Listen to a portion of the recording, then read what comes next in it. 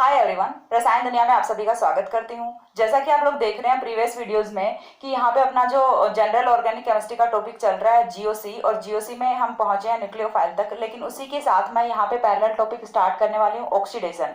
और ये वाली जो यूनिट है, ये वाली जो वीडियो है, ये मैं आपको बता दूं कि सिर्फ होने वाली है एमएससी वाले स्टूडेंट्स के लिए।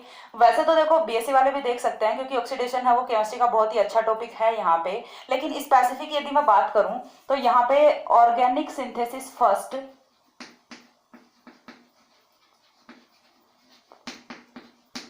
जो कि एक एमएससी फाइनल का पेपर है।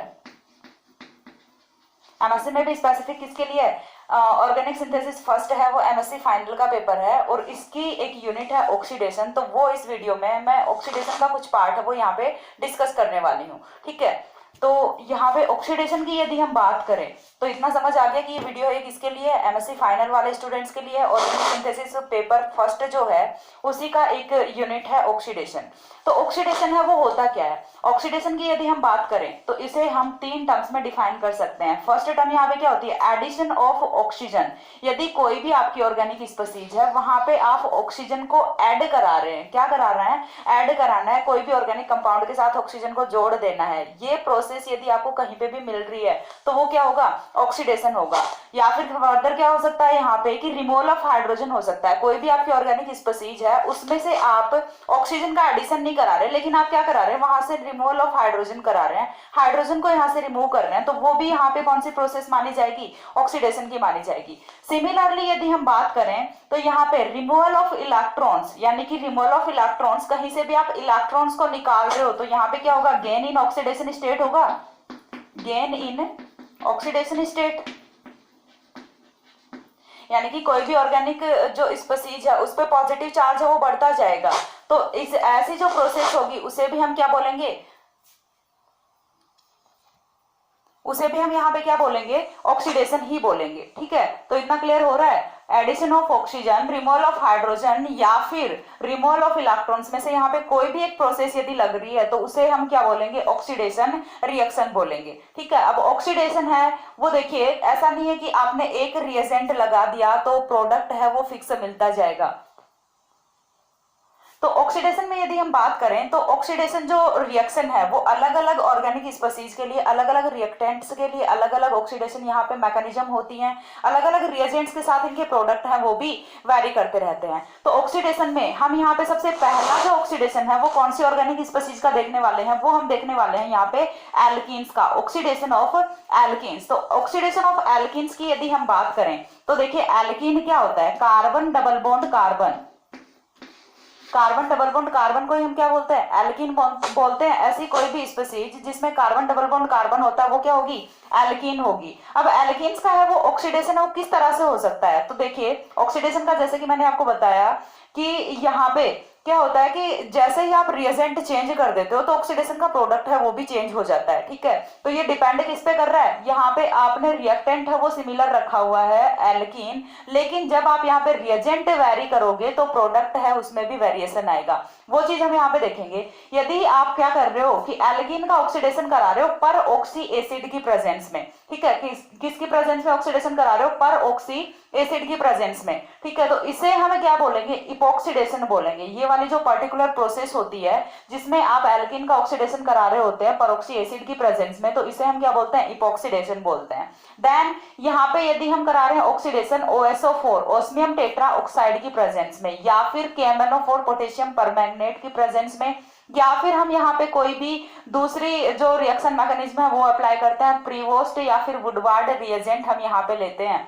तो ऐसी जो तीनों ही टाइप की रिएक्शन मैकेनिज्म है उनमें प्रोडक्ट यहाँ पे क्या होता है, डायोल होता है। ठीक है, प्रोडक्ट में किसकी फॉर्मेशन होती है, डायोल की फॉर्मेशन होती है। ठीक है, फर्स्ट वाले में परऑक्सी एसिड की प्रेजेंस में इपॉक्साइड रिंग की फॉर्मेशन हो रही है। सेकंड वाले में यदि हम बात करें OSO4 KMnO4 या फिर प्रीवोस्ट और वुडवार्ड रिएजेंट जब हम एज ए रिएक्टेंट लेते हैं तो यहाँ पे डायोल्स की फॉर्मेशन होती है। देन हम यदि फर्दर बात करें तो यहाँ पे ओजोनोलिसिस, फिफ्थ जो पॉइंट होता है वो ओजोनोलिसिस होता है। यानी कि जब आप एल्कीन की रिएक्शन ओजोन की प्रेजेंस में करवाते हो तो यहाँ से ओजोनोलिसिस होता है और कार्बोनिल कंपाउंड्स हैं वो एज अ प्रोडक्ट फॉर्म होते हैं। तो रिएक्टेंट हमने हर कंडीशन में क्या रखा है, सेम रखा है। क्या रखा है, एल्कीन रखा है, हर जगह पे एल्कीन है। उसके साथ यदि हम रिएजेंट्स वैरी कर रहे हैं तो प्रोडक्ट्स हैं वो भी रिएजेंट वाइज यहाँ पे वैरी करेंगे। तो हम यहाँ से एक एक करके सभी को डिस्कस करने वाले हैं। तो सबसे फर्स्ट जो अपन लेते हैं यहाँ पे वो क्या लेना है अपने को, इपॉक्सीडेशन लेना है। तो इपॉक्सीडेशन को हम यहाँ पे डिटेल में स्टडी करने वाले हैं इस वीडियो में।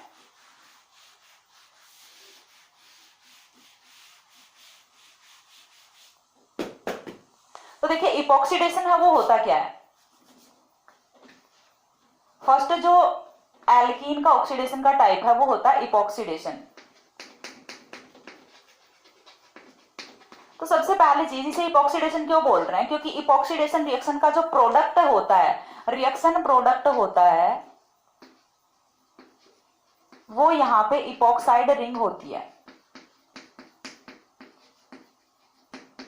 रिएक्शन प्रोडक्ट है वो क्या होता है, इपॉक्साइड रिंग होती है। ठीक है, अब इपॉक्साइड रिंग यदि फॉर्म हो रही है यहाँ पे तो अब हमें ये पता होना चाहिए कि इपॉक्साइड रिंग क्या होती है। तो कोई भी 3 मेंबर्ड रिंग जिसमें ऑक्सीजन है वो एज ए हेटेरोएटम होता है। ठीक है, तो इपॉक्साइड रिंग है वो क्या होता है,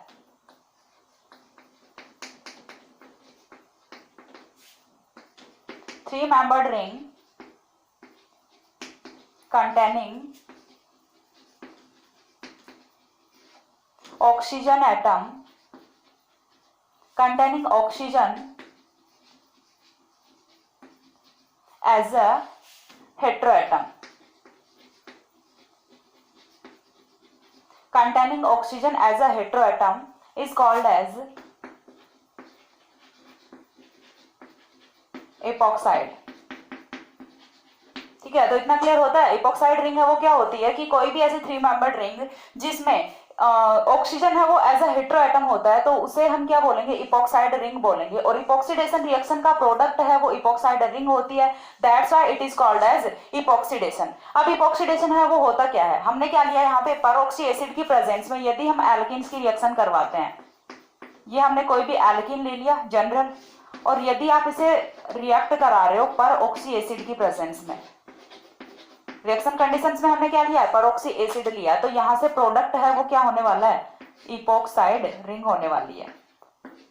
ओके, तो ये यहां से रिएक्शन का प्रोडक्ट होगा।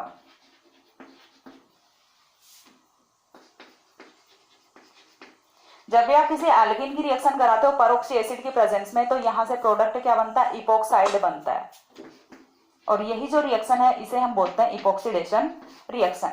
अब इपॉक्साइड रिंग बन गई तो यहाँ पे कुछ रिएक्शन की स्पेसिफिक कंडीशंस होती हैं। उस चीज से पहले हम ये देख लेते हैं कि परऑक्सी एसिड है वो क्या होता है। सपोज दैट आपने यहाँ पे ले लिया एसिटिक एसिड, सबसे सिंपल एग्जांपल लेके बता रही हूँ। आपने यहाँ पे ले लिया एसिटिक एसिड, ठीक है, इसे हम क्या बोल रहे हैं, एसिटिक एसिड बोल रहे हैं, कोई परवर नहीं लगा रहे ना इस पे। तो यहाँ पे यदि आप एक ऑक्सीजन एटम है वो और बढ़ा देते हो, ठीक है, एक ऑक्सीजन एटम आपने कोई भी आपने जनरल एसिड लिया और उसमें एक एक्स्ट्रा ऑक्सीजन एटम डाल दिया तो वो क्या हो जाता है, पर एसिड हो जाता है। अब ये क्या हो गया, पर एसिटिक एसिड हो गया। अब ये क्या हो गया, पर एसिटिक हो गया, पर एसिटिक एसिड हो गया। ठीक है, तो इसी तरह से आप कोई भी जनरल एसिड लोगे और उसमें एक ऑक्सीजन एटम है वो एक्स्ट्रा ऐड कर दोगे तो वो क्या हो जाता है, आपका पर एसिटिक एसिड हो जाता है। अब यहाँ पे होता क्या है कि ये जो एक अपन ने एक्स्ट्रा ऑक्सीजन है वो ऐड किया है, ये यहाँ पे जाके जुड़ता है कहाँ पे, एल्कीन के डबल बॉन्ड के साथ। यहाँ से ये वाला ऑक्सीजन है यही निकल के जाएगा, इन दोनों ऑक्सीजन में से कोई ऑक्सीजन नहीं जाने वाला। ऑक्सीजन कौन सा जाएगा, ये हाइड्रोजन के साथ वाला ऑक्सीजन जाएगा निकल के और जाके जुड़ेगा कहाँ पे, कार्बन कार्बन डबल बॉन्ड पे जुड़ेगा और यहीं से क्या होता है, इपॉक्साइड रिंग की फॉर्मेशन होती है। तो इतना समझ में आ रहा है, इपॉक्सीडेशन में क्या होता है, 3 मेंबर्ड रिंग इपॉक्साइड की यहाँ पे फॉर्मेशन होती है और रिएक्शन कंडीशंस यहाँ पे क्या कौन सी अप्लाई कर रहे हैं, पर ऑक्सी एसिड की प्रेजेंस में यहाँ पे रिएक्शन हो रही होती है। तो ये तो हो गया इपॉक्सीडेशन का जनरल सा इंट्रोडक्शन। अब इपॉक्सीडेशन रिएक्शन है उसकी क्या कैरेक्टरिस्टिक प्रॉपर्टीज होती हैं वो हम यहाँ पे देख लेते हैं। तो देखिए characteristic properties,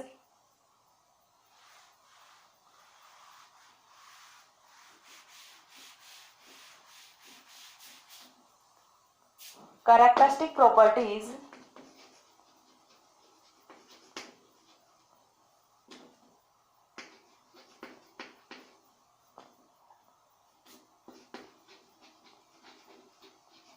of epoxidation,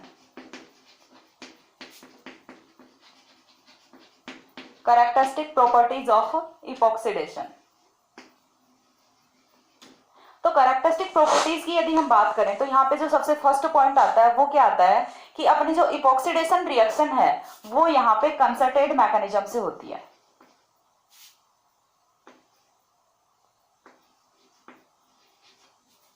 concerted mechanism, सबसे फर्स्ट पॉइंट क्या है कि जो अपनी इपॉक्सीडेशन रिएक्शन है वो कंसर्टेड मैकेनिज्म से होती है। अब कंसर्टेड मैकेनिज्म क्या होती है?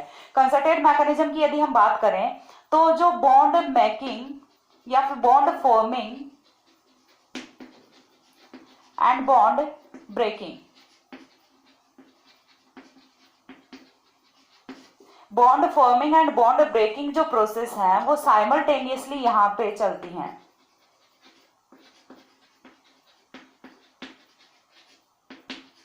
साइमल्टेनियसली यदि बॉन्ड ब्रेकिंग और बॉन्ड फॉर्मिंग प्रोसेस है वो चल रही हैं तो ऐसी जो प्रोसेस होगी वो अपनी कौन सी होगी? कंसर्टेड मैकेनिज्म होगी। अब कंसर्टेड मैकेनिज्म की यदि हम बात करें तो किस तरह से फाइंड आउट करेंगे?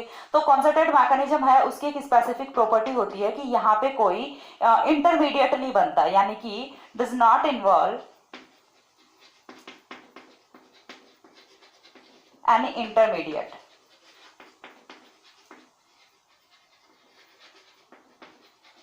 ओके तो हम देखते हैं कि मोस्ट ऑफ जो अपनी केमिकल रिएक्शंस होती हैं उनमें कुछ ना कुछ इंटरमीडिएट बनता है, जैसे कहीं पे कार्बोकटाइन बन जाता है, कहीं पे कार्बनाइन, कार्बिन, नाइट्रीन या फिर बेंजाइन ऐसा, या फिर फ्री रेडिकल, कोई भी इंटरमीडिएट मोस्ट ऑफ अपनी केमिकल रिएक्शंस में फॉर्म होते हैं। लेकिन यदि हम बात करें इपॉक्सीडेशन की तो इपॉक्सीडेशन है वो यहाँ पे किसी टाइप के कोई इंटरमीडिएट को इन्वॉल्व नहीं करता, यहाँ पे कोई भी इंटरमीडिएट है वो नहीं फॉर्म होता और रिएक्शन है वो कंसर्टेड मैकेनिज्म से यहाँ पे प्रोसीड हो रही होती है। और कंसर्टेड मैकेनिज्म क्या होती है? बॉन्ड फॉर्मिंग प्रोसेस और बॉन्ड ब्रेकिंग प्रोसेस है वो साइमल्टेनियसली चल रही होती है, एक साथ चल रही होती हैं, तो उसे हम क्या बोलते हैं? कंसर्टेड मैकेनिज्म बोलते हैं। पता कैसे लगाएंगे कंसर्टेड मैकेनिज्म का? यदि यहाँ पे कोई इंटरमीडिएट फॉर्म नहीं हो रहा है, जब हम रिएक्शन को डिटेक्ट करते हैं तो यहाँ पे कोई इंटरमीडिएट का डिटेक्शन नहीं होता, दैट मीन्स हम क्या समझ सकते हैं कि यहाँ पे क्या हो रहा है? कंसर्टेड मैकेनिज्म है वो अप्लाई हो रही है। तो कैरेक्टरिस्टिक प्रॉपर्टीज में सबसे फर्स्ट कैरेक्टरिस्टिक प्रॉपर्टी है वो कौन सी आती है कि रिएक्शन है वो कंसर्टेड मैकेनिज्म से प्रोसीड हो रही होती है। सेकंड की यदि हम बात करें यहाँ पे,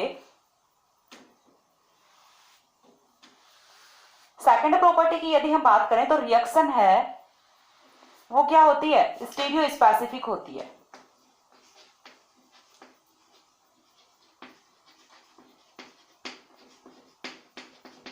इपॉक्सीडेशन रिएक्शन है वो स्टीरियो स्पेसिफिक रिएक्शन होती है। अब स्टीरियो स्पेसिफिक रिएक्शन क्या होती है, इस चीज को आप कैसे समझ सकते हो?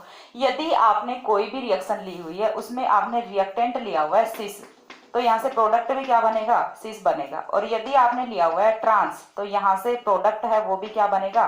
ट्रांस बनेगा। यानी कि इन सिंपल वर्ड्स स्टीरियो है वो रिएक्टेंट की और प्रोडक्ट की सिमिलर रहती है। यदि रिएक्टेंट और प्रोडक्ट की स्टीरियो चेंज नहीं होती ड्यूरिंग द रिएक्शन तो उसे हम क्या बोलते हैं? स्टीरियो स्पेसिफिक रिएक्शन बोलते हैं। तो जो इपॉक्सीडेशन रिएक्शन है वो अपनी क्या होती है? स्टीरियो स्पेसिफिक रिएक्शन होती है।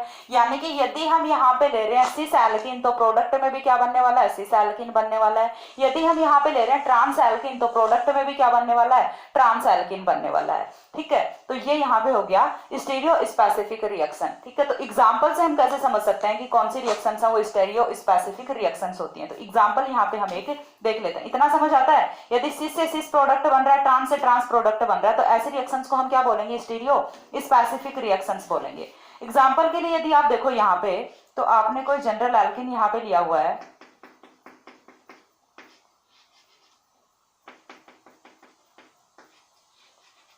ये आपने कोई भी सिस एल्कीन है वो कंसीडर किया है। ठीक है, सिस एल्कीन हम यहाँ पे ले रहे हैं। सिस एल्कीन की रिएक्शन आपको करवानी है किसी भी पर एसिड की प्रेजेंस में, और पर एसिड मैं यहाँ पे कौन सा ले रही हूँ?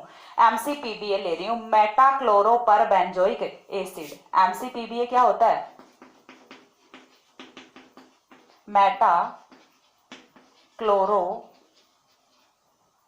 पर बेंजोइक एसिड। मेटा क्लोरो पर बेंजोइक एसिड को ही हम क्या बोलते हैं? यहाँ पे MCPBA बोलते हैं। ठीक है। तो यहाँ पे जब हम सिस एल्कीन की रिएक्शन करवा रहे होते हैं एमसीपीबीए की प्रेजेंस में, तो प्रोडक्ट है वो तो यहाँ पे एक ही बनना है, क्या बनेगा, इपोक्साइड ही बनेगा। लेकिन इपोक्साइड है वो कौन सा बनेगा, यहाँ पे देखिए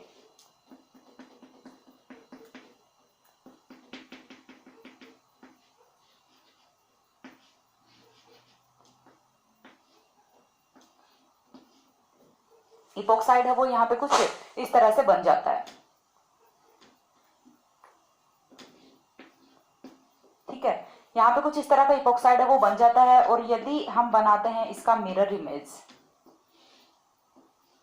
तो मिरर इमेज इसका कुछ इस तरह से बनेगा।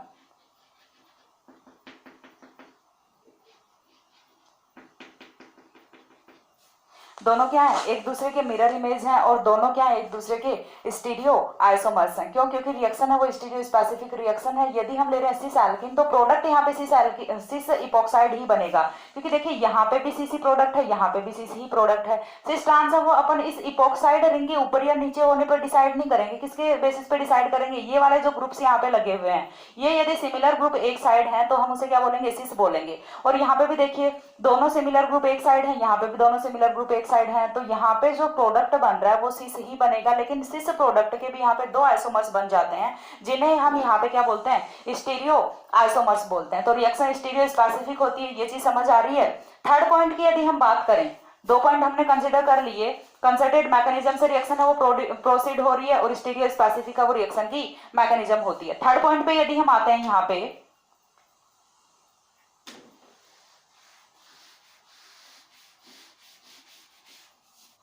तो देखिए थर्ड पॉइंट अपना क्या आता है कि रिएक्शन है वो यहाँ पे अपने क्या होती है, रीजियो सिलेक्टिव होती है।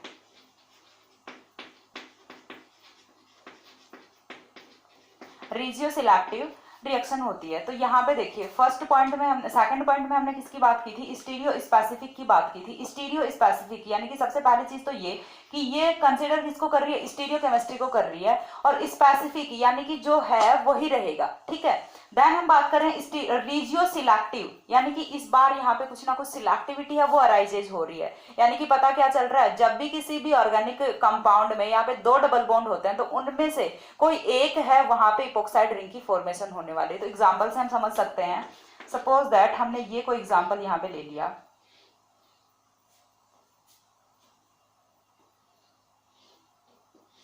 ओके हम यहाँ पे ये एग्जाम्पल ले रहे हैं। ठीक है, ये हमने कोई भी जनरल एल्किन लिया हुआ है, इसकी रिएक्शन हम करवाते हैं एमसीपीबीए के साथ।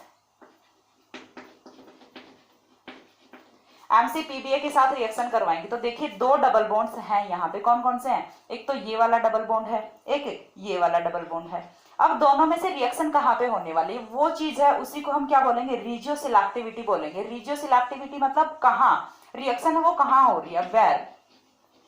ठीक है, रिएक्शन का जो साइट है वो कौन सा है, यानी कि कहाँ पे रिएक्शन है वो हो रही है, उसे हम क्या बोलेंगे, रीजियो सिलेक्टिविटी बोलेंगे। ठीक है, तो यहाँ से देखिए रिएक्शन है वो कहाँ पे होगी, ये चीज हम कहाँ से डिसाइड करेंगे कि जो मोर न्यूक्लियोफिलिक डबल बॉन्ड होता है वो मोर रिएक्टिव होता है, मोर न्यूक्लियोफिलिक डबल बॉन्ड। अब यहाँ पे ये वाला जो डबल बॉन्ड है, देखिए इसके साथ क्या कोई सब्स्टिट्यूएंट जुड़े हुए हैं, नहीं जुड़े हुए ना। लेकिन इस वाले डबल बॉन्ड की यदि हम बात करें तो यहाँ पे दो दो मेथिल ग्रुप हैं वो लगे हुए हैं, और दो मेथिल ग्रुप लगे हुए हैं, यानी कि दोनों तरफ से प्लस आई फैक्टर जा रहा है, प्लस आई फैक्टर जा रहा है। दैट मीन्स ये वाला जो डबल बॉन्ड है ये क्या कौन सा होगा, इलेक्ट्रॉन रिच डबल बॉन्ड होगा, यानी कि मोर न्यूक्लियोफिलिक डबल बॉन्ड होगा। और मोर न्यूक्लियोफिलिक डबल बॉन्ड है वही क्या होता है, मोर रिएक्टिव होता है। मोर न्यूक्लियोफिलिक डबल बॉन्ड है वही क्या होता है, मोर रिएक्टिव होता है। तो समझ आ रहा है यहाँ पे कौन सा डबल बॉन्ड रिएक्ट करेगा, डबल बॉन्ड यहाँ पे ये रिएक्ट करने वाला है। ठीक है, तो यहाँ से कुछ इस तरह के प्रोडक्ट बनेंगे।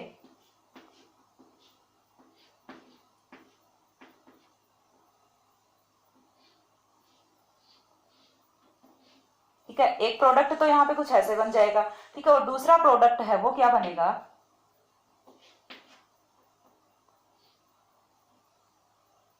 मैं थोड़ा ऊपर लिख देती हूँ।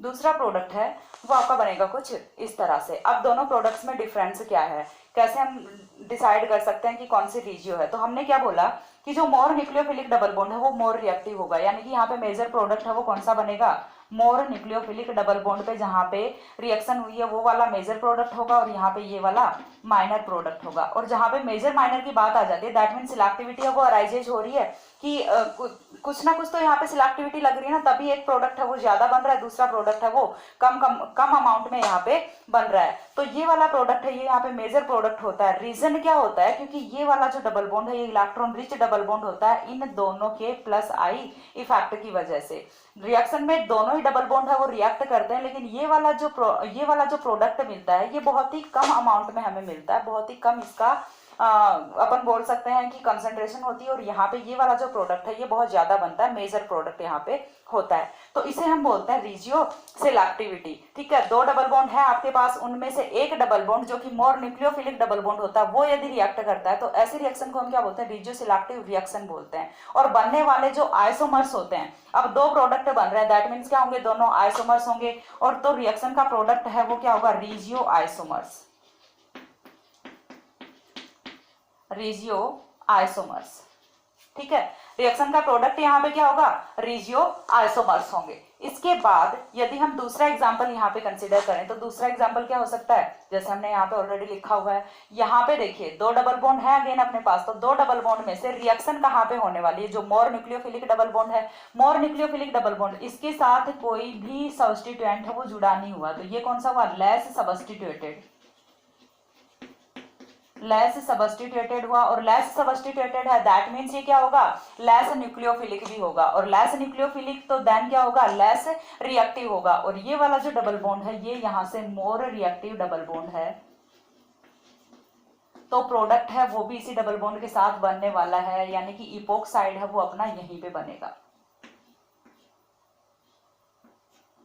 अब देखिए यहाँ पे स्टीरियो हमने कोई दिखाई नहीं हुई है, ठीक है, हमने कोई स्टीरियो यहाँ पे नहीं दिखाई हुई है, सिर्फ इतना बता रहे हैं कि प्रोडक्ट है वो कहाँ पे बनेगा। क्यों, क्योंकि हम बात किसकी कर रहे हैं, रिजियो सिलेक्टिविटी की बात कर रहे हैं। स्टीरियो सिलेक्टिविटी की हम फर्दर एग्जांपल्स में बात करने वाले हैं, लेकिन एक बार के लिए हम क्या देख रहे हैं, रिजियो सिलेक्टिविटी की बात कर रहे हैं कि कौन सा है वो डबल बॉन्ड है जो रिएक्ट करेगा। तो इतनी चीज समझ आ रही है, जो मोर रिएक्टिव डबल बॉन्ड है वो कौन सा होगा, मोर न्यूक्लियोफिलिक डबल बॉन्ड होगा। अब यहाँ पे मोर न्यूक्लियोफिलिक है, हमने दोनों एग्जांपल देखे, दोनों में यहाँ पे प्लस आई फैक्ट वाले ग्रुप्स हैं वो लगे हुए हैं, कोई माइनस आई फैक्ट वाला भी देख लेते हैं। तो देखिए जैसे हम एक और एग्जांपल यहाँ पे लें,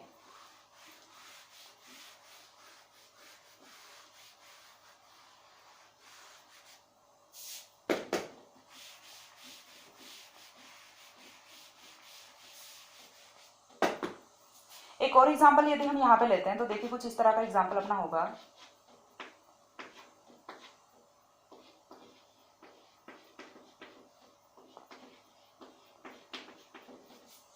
ठीक है, इस बार भी हम क्या ले रहे हैं, एमसीपीबीए ले रहे हैं, कोई भी परऑक्सी एसिड आप ले सकते हो।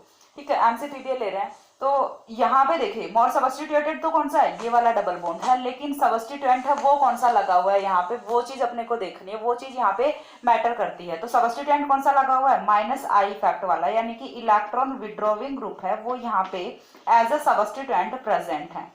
और इलेक्ट्रॉन विड्रॉविंग ग्रुप है दैट मीन्स ये क्या करेगा, डबल बॉन्ड पे इलेक्ट्रॉन डेंसिटी को डिक्रीज करेगा, और डबल बॉन्ड पे यदि इलेक्ट्रॉन डेंसिटी डिक्रीज हो रही है तो यहाँ पे इसकी रिएक्टिविटी है वो भी क्या करेगी, डिक्रीज करेगी। क्यों, क्योंकि जहां पे इलेक्ट्रॉन डेंसिटी ज्यादा होगी वो ही डबल बॉन्ड है वो मोर रिएक्टिव होता है। तो यहाँ पे कौन सा डबल बॉन्ड रिएक्ट करने वाला है, ये वाला डबल बॉन्ड है ये रिएक्ट करने वाला है। तो इस बार इपोक्साइड रिंग है वो कहाँ पे फॉर्म होगी, इस बार इपोक्साइड रिंग है वो कुछ ऐसे फॉर्म होती है।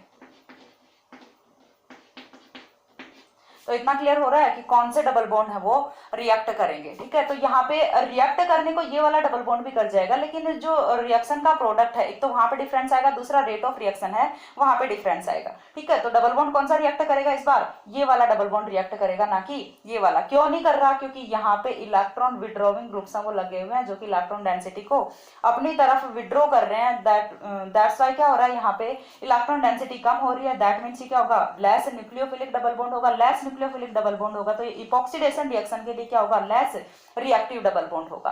तो इस तरह से हम बता सकते हैं कि कौन सा डबल बॉन्ड है वो रिएक्ट करेगा। अब दूसरी चीज है वो यहाँ पे एक और आती है, वो क्या आती है कि स्टीरियो सिलेक्टिविटी। फोर्थ पॉइंट है वो क्या होता है, रिएक्शन है वो अपनी स्टीरियो सिलेक्टिव होती है। रिएक्शन क्या होती है, स्टीरियो सिलेक्टिव होती है।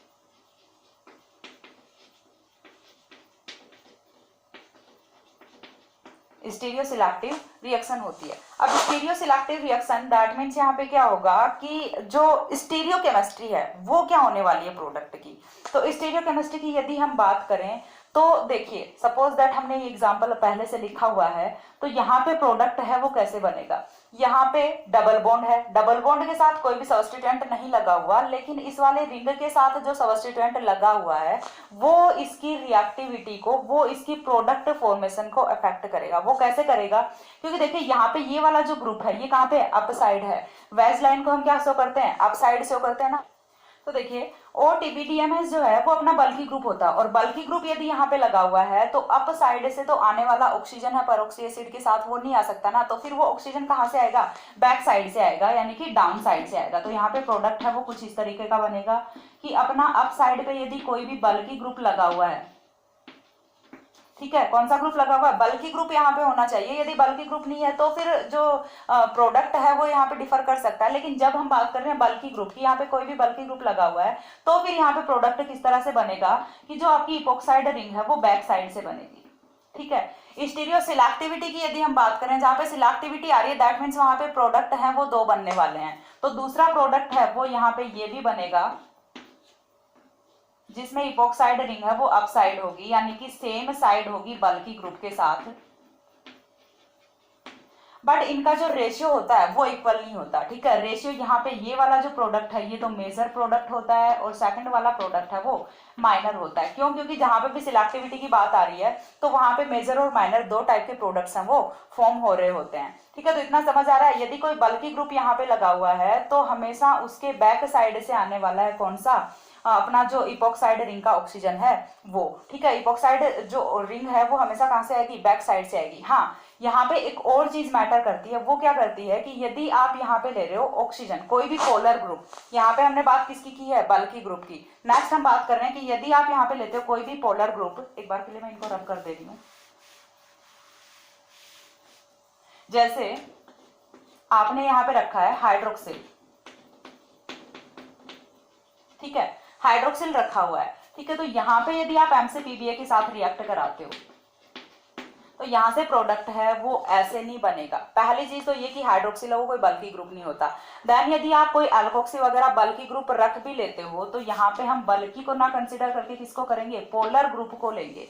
पोलर ग्रुप है यदि अपना हाइड्रोक्सिल है, या फिर दूसरे एग्जाम्पल में आप यहाँ पे ले लेते हो कि आपने ले लिया एल्कोक्सी, OR ले लिया, तो OR एल्कोक्सी है वो अपना बल्की ग्रुप भी होता है। तो यहाँ पे प्रोडक्ट है वो किस तरह से बनेंगे, तो बल्की ग्रुप जब भी आप कोई यहाँ पे ले रहे हो तो स्टीरियो जो है, आने वाली जो इपोक्साइड रिंग है उसकी स्टीरियो है वो ऑलवेज सिमिलर होगी किसके, जो अपन ने बल्की ग्रुप लिया हुआ है उसकी स्टीरियो के साथ। तो यहाँ पे यदि हम बात करें कि अपना हाइड्रोक्सिल है वो यदि अप साइड है तो आने वाली जो इपोक्साइड रिंग है वो भी किधर से आएगी, अप साइड से ही आने वाली है। आने वाली जो इपोक्साइड रिंग है वो कहाँ से आएगी, अप साइड से आएगी। इसी तरह से यदि हमने एल्कोक्सी ग्रुप लिया हुआ है, पोलर ग्रुप, इस बार हमने एल्कोक्सी किधर लिया हुआ है, डाउन साइड लिया हुआ है, तो डाउन साइड लिया हुआ तो इपोक्साइड रिंग है वो भी किधर से आएगी, डाउन साइड से आएगी। यानी कि जो स्टीरियो है पोलर ग्रुप की होती है वही सेम स्टीरियो किसकी होने वाली है, आने वाली इपोक्साइड रिंग की होने वाली है। तो ये चीज क्लियर हो रही है कि किस तरह से यहाँ पे स्टीरियो सिलेक्टिविटी है वो डिफाइन की जाती है। स्टीरियो सिलेक्टिविटी, यदि यहाँ पे कोई बल्की ग्रुप होता है तो आप क्या करोगे कि बल्की ग्रुप के ऑपोजिट साइड से इपोक्साइड रिंग को लेके आओगे, लेकिन यहाँ पे अलाइलिक पोजिशन, यहाँ पे मैटर भी करता है कि आप यदि अलाइलिक पोजीशन ले रहे हो तो ही ये जो फैक्टर है ये काम करेगा। ठीक है, अलाइलिक पोजीशन पे यदि आप यहाँ पे कोई भी पोलर ग्रुप ले रहे हो तो जो पोलर ग्रुप की स्टीरियो होती है वही आने वाली जो इपोक्साइड रिंग है उसकी स्टीरियो होती है, यानी कि दोनों की स्टीरियो वो सिमिलर होती है। तो इस तरह से हम स्टीरियो सिलेक्टिविटी को डिफाइन कर सकते हैं। तो इसके बाद जो नेक्स्ट एग्जांपल है वो अपना आता है ट्रांसडिकालीन का। तो ट्रांसडिकालीन की यदि हम बात करें तो यहाँ पे देखिए ट्रांसडिकालीन है, उसकी रिएक्शन जब आप करवाते हो MCPBA के साथ, तो यहाँ पे बल्कि ग्रुप अपना कौन सा है, मेथिल ग्रुप है। तो बल्कि ग्रुप से किधर जाएगा, ऑपोजिट साइड आएगी अपनी इपोक्साइड रिंग। तो यहाँ पे इपोक्सीडेशन कहाँ पे होगा, इस वाले डबल बॉन्ड पे होगा, और आने वाली जो इपोक्साइड रिंग है उसकी स्टीरियो क्या होगी, जस्ट ऑपोजिट होगी इस वाले मेथिल ग्रुप के। ठीक है, तो यहाँ से कुछ इस तरीके से इपोक्साइड रिंग है वो बैक साइड से आएगी। लेकिन यही चीज वैरी कर जाती है। ट्रांसडिकालीन की यदि हम बात करें तो वो कुछ इस तरह से होता है। ऊपर वाले एग्जांपल्स को मैं रब कर दे रही हूँ।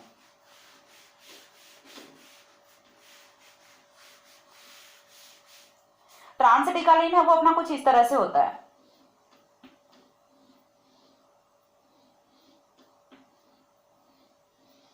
ठीक है, तो ट्रांसडिकालीन में देखिए हमने क्या रखा हुआ है, मेथिल ग्रुप को अप साइड रखा हुआ है। तो यहाँ पे मेथिल ग्रुप है वो कहाँ पे आ जाएगा, अप पे आ जाएगा। हाइड्रोजन को कहाँ पे रखा हुआ है, डाउन पे रखा हुआ है। तो यहाँ से हाइड्रोजन है वो आपका डाउन आ गया। तो डबल बॉन्ड कहाँ पे है, इस वाली रिंग में, सेकंड वाली रिंग पे, इस वाले पोजीशन पे डबल बॉन्ड है आपका।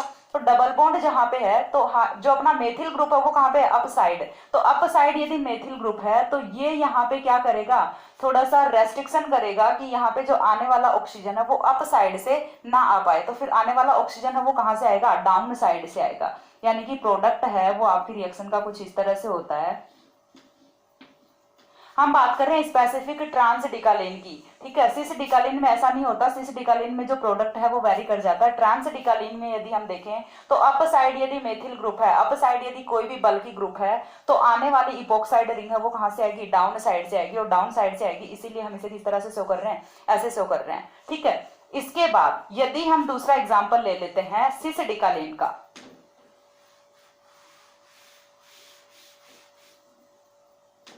सिसडिकालीन हमारा कुछ इस तरह से होता है।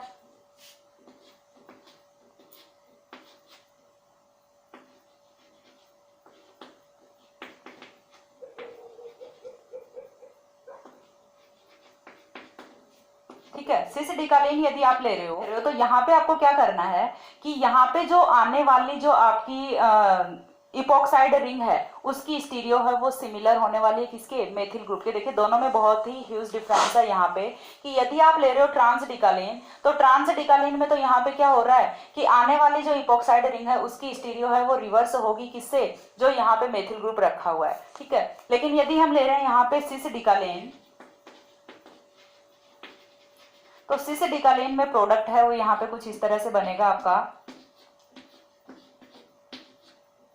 यहाँ पे मेथिल ग्रुप है वो भी सेम साइड है और हाइड्रोजन है सेम साइड है, इसीलिए तो हम इसे सिस बोल रहे हैं। सिस ट्रांस तो समझ आता है ना कि यदि दोनों ग्रुप्स हैं वो सेम साइड है, दोनों की स्टीरियो वो सिमिलर है, तो कौन सा होगा, सिस होगा। और यदि दोनों की स्टीरियो वो डिफर है तो हम उसे क्या बोलेंगे, ट्रांस बोलेंगे। तो यहाँ पे जो आने वाली इपोक्साइड रिंग है वो कहाँ से आएगी, अप साइड से आएगी। अब ये चीज होती क्यों है वो फिर से हम क्या देखते हैं, इसकी चेयर फॉर्म देखते हैं। तो चेयर फॉर्म में यदि हम देखें तो सिसडिकालीन है वो कुछ इस तरह से होता है।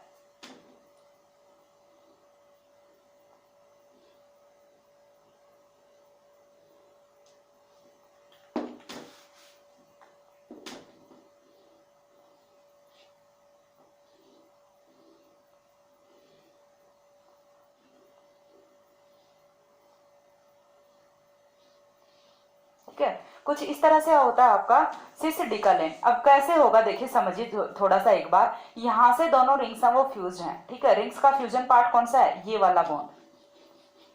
इधर चलते हैं, 6 मेंबर रिंग है, नीचे की तरफ आते हैं तो भी 6 मेंबर रिंग है। अब हम इसे सिस किस तरह से शो करेंगे, क्योंकि हमें क्या रखना है कि CH3 है उसे भी अपसाइड रखना है और हाइड्रोजन है उसे भी अपसाइड रखना है। अब यदि हम चलते हैं यहाँ पे, तो यहाँ पे देखिए ये वाला जो कार्बन है इसकी तीनों वैलेंसी जब वो ऑलरेडी कंप्लीट हो चुके हैं, तो जो 4th वैलेंसी है वो हाइड्रोजन से कंप्लीट होगी। अब हाइड्रोजन है वो ऊपर की साइड तो नहीं जा सकता ना, हाइड्रोजन के पास सिर्फ एक ही ऑप्शन होता है कि वो सिर्फ नीचे की साइड आ सकता है। यहाँ पे यदि हम देखते हैं तो देखिए मेथिल है वो अपना अपसाइड होगा। ठीक है, मेथिल अपना अपसाइड हो गया, लेकिन यहाँ पे हाइड्रोजन है। इस वाले कार्बन पे यदि हम बात करें 6 मेंबर रिंग पे, तो इक्विटोरियल ग्रुप है वो कुछ इस तरह से होता है अपसाइड। और इक्विटोरियल ग्रुप है वो अप साइड है, यानी कि हाइड्रोजन है वो अपना अप साइड है, हाइड्रोजन भी अप साइड है, मेथिल भी अप साइड है, यानी कि दोनों की स्टीरियो है वो यहाँ पे सेम है और दोनों की स्टीरियो सेम है, दैट मीन्स ये कौन सा होगा, एसिडिकालीन होगा। और अब यहाँ पे देखिए क्या चीज होती है, यदि हम यहाँ पे बात करें कि बैक साइड से अटैक होगा, तो बैक साइड से अटैक हो नहीं सकता। क्यों नहीं हो सकता? क्योंकि ये वाला जो फेस होता है ये क्या होता है, कॉनकेव होता है। ट्रांस में तो ये क्या होता है, कॉन्वेक्स होता है। ट्रांस में तो क्या होता है, ये कॉन्वेक्स फेस होता है। लेकिन यहाँ पे देखिए ये जो कैविटी है ये बन जाती है और इसी कैविटी की वजह से ये वाला जो डाउन प्रोडक्ट है ये फॉर्म नहीं हो पाता, और डाउन प्रोडक्ट फॉर्म नहीं होगा तो इस बार जो इपोक्साइड रिंग है वो कहां पे बनेगी, अप साइड बनेगी। इस बार इपोक्साइड रिंग है वो कहां पे बनेगी, अप साइड बनेगी। तो जो सिसडिकालिन है उसका प्रोडक्ट है, उसमें जो इपोक्साइड रिंग की स्टीरियो है वो सेम होगी किसके, जो मेथिल ग्रुप लगा हुआ है उसके। और यदि हम ले रहे हैं ट्रांसडिकालिन, तो ट्रांसडिकालिन में इपोक्साइड रिंग की स्टीरियो है वो डिफर होती है। इसके बाद हम कुछ और एग्जांपल्स हैं वो देख लेते हैं इपोक्सीडेशन रिएक्शन के।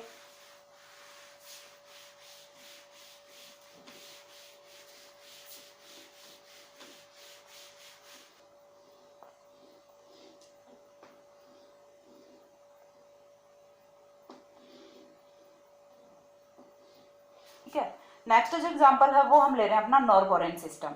अब नॉरबोरेन सिस्टम में हम कुछ 2 एग्जांपल्स यहाँ पे कंसिडर करेंगे।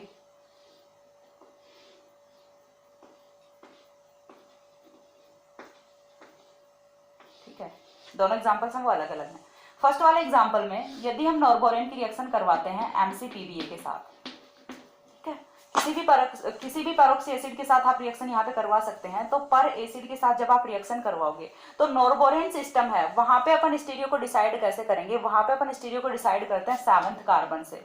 ये वाला जो कार्बन होता है ये 7th कार्बन होता है। 7th कार्बन पे यदि कोई सबस्टिट्यूएंट यहाँ पे जुड़ा हुआ है, सबस्टिट्यूएंट अपन हाइड्रोजन को सबस्टिट्यूएंट नहीं मानेंगे, क्यों? क्योंकि हाइड्रोजन है वो हम क्यों जोड़ते हैं, जस्ट कार्बन की जो वैलेंसी है उसे सेटिस्फाई करने के लिए जोड़ते हैं। लेकिन यदि यहाँ पे देखें तो क्या है, दोनों हाइड्रोजन ही जुड़े हुए हैं, कोई सबस्टिट्यूएंट नहीं है। यदि कोई सबस्टिट्यूएंट नहीं है यानी कि ये वाली जो साइड है अप साइड है ये क्या होगी, लेस हिंडर्ड होगी। अप साइड है वो लेस हिंडर्ड साइड होती है। तो आने वाली जो इपोक्साइड रिंग है वो कहां से आएगी, अप साइड से ही आएगी। आने वाली जो इपोक्साइड रिंग है वो कहां से आएगी, अप साइड से आएगी। यानी कि आपका प्रोडक्ट है वो कुछ इस तरह से यहाँ पे फॉर्म होगा। नॉरबोरेन सिस्टम की यदि बात करें तो नॉरबोरेन सिस्टम में हमेशा आप यहाँ पे स्टारिक हिंड्रेंस है वो कहां से डिसाइड करोगे, कार्बन नंबर 7 से। इस बार यदि हम मूव करते हैं नेक्स्ट एग्जांपल पे, तो नेक्स्ट एग्जांपल में देखिए यहाँ पे क्या है, कार्बन नंबर 7 पे दो मैथिल ग्रुप है वो लगे हुए हैं, मैथिल ग्रुप लगे हुए हैं, दैट मीन्स यहाँ पे सबस्टिट्यूएंट लगे हुए हैं, सबस्टिट्यूएंट लगे हुए हैं। तो अप साइड है वो इस बार क्या हो गई, मोर हिंडर्ड साइड हो गई। यहाँ पे स्टारिक हिंड्रेंस है वो इंक्रीज कर जाता है। स्टारिक हिंड्रेंस इंक्रीज यदि कर गया तो यहाँ से प्रोडक्ट है वो भी डिफर कर जाएगा। क्या करेगा कि यहाँ से अप साइड है वो मोर हिंडर्ड साइड है, तो जो आने वाली इपोक्साइड रिंग है वो कहां से आएगी, डाउन साइड से आएगी। तो आपकी जो प्रोडक्ट है वो कुछ इस तरह से फॉर्म होगा।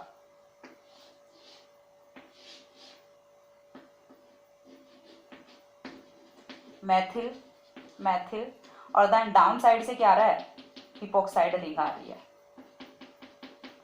ठीक है, डाउन साइड पे क्या है, इपोक्साइड रिंग आ रही है। तो नॉरबोरेन सिस्टम में आप इस तरह से डिसाइड कर सकते हो। इसके बाद यहाँ पे 2 चीजें और आती हैं। हमने देखा कि रिएक्शन की कैरेक्टरिस्टिक प्रॉपर्टीज को, कि किस तरह से स्टीरियोसिल एक्टिविटी होती है, किस तरह से रीजियोसिल एक्टिविटी होती है, या फिर स्टीरियो स्पेसिफिसिटी होती है, या फिर कंसर्टेड मैकेनिज्म होती है। इसके बाद 2 पॉइंट और हम यहाँ पे लेने वाले हैं। वो कौन से हैं कि रेट ऑफ रिएक्शन है वो किस तरह से अफेक्ट होती है, रेट ऑफ रिएक्शन। तो रेट ऑफ रिएक्शन यदि एल्कीन के साथ कोई भी इलेक्ट्रॉन डोनेटिंग ग्रुप या फिर इलेक्ट्रॉन रिलीजिंग ग्रुप यदि जुड़ रहा है तो रेट ऑफ रिएक्शन है वो क्या करेगी, इंक्रीज करेगी। यदि एल्कीन के साथ, alkene having any electron releasing group, then rate of reaction will be increase. और इसका ऑपोजिट कहां पे होगा, यदि आपका पर एसिड है, peracid having any electron withdrawing group, then rate of reaction है वो क्या करेगा, विल बी डिक्रीज। ठीक है, अब एल्किन्स के तो एग्जांपल अपन ने यहाँ पे देख लिए, तो एग्जांपल किसका बचता है, पर एसिड का। तो पर एसिड जैसे हम यहाँ पे लेते हैं CH3C OOH, ठीक है, ये अपना क्या होता है, पर एसिटिक एसिड होता है। पर एसिटिक एसिड की जगह यदि हम यहाँ पे ले लेते हैं CF3C OOH, ये क्या हो गया, ट्राइफ्लोरो पर एसिटिक एसिड। तो दोनों में से रेट ऑफ रिएक्शन है वो कहाँ पे ज्यादा होने वाली है, इसमें ज्यादा होने वाली है CH3C OOH में, ठीक है। तो ये टॉपिक हम इसी के साथ खत्म करते हैं, नेक्स्ट वीडियो में कोई नया टॉपिक डिस्कस कर लेंगे। तब तक के लिए सी या, have a good day, thanks for watching.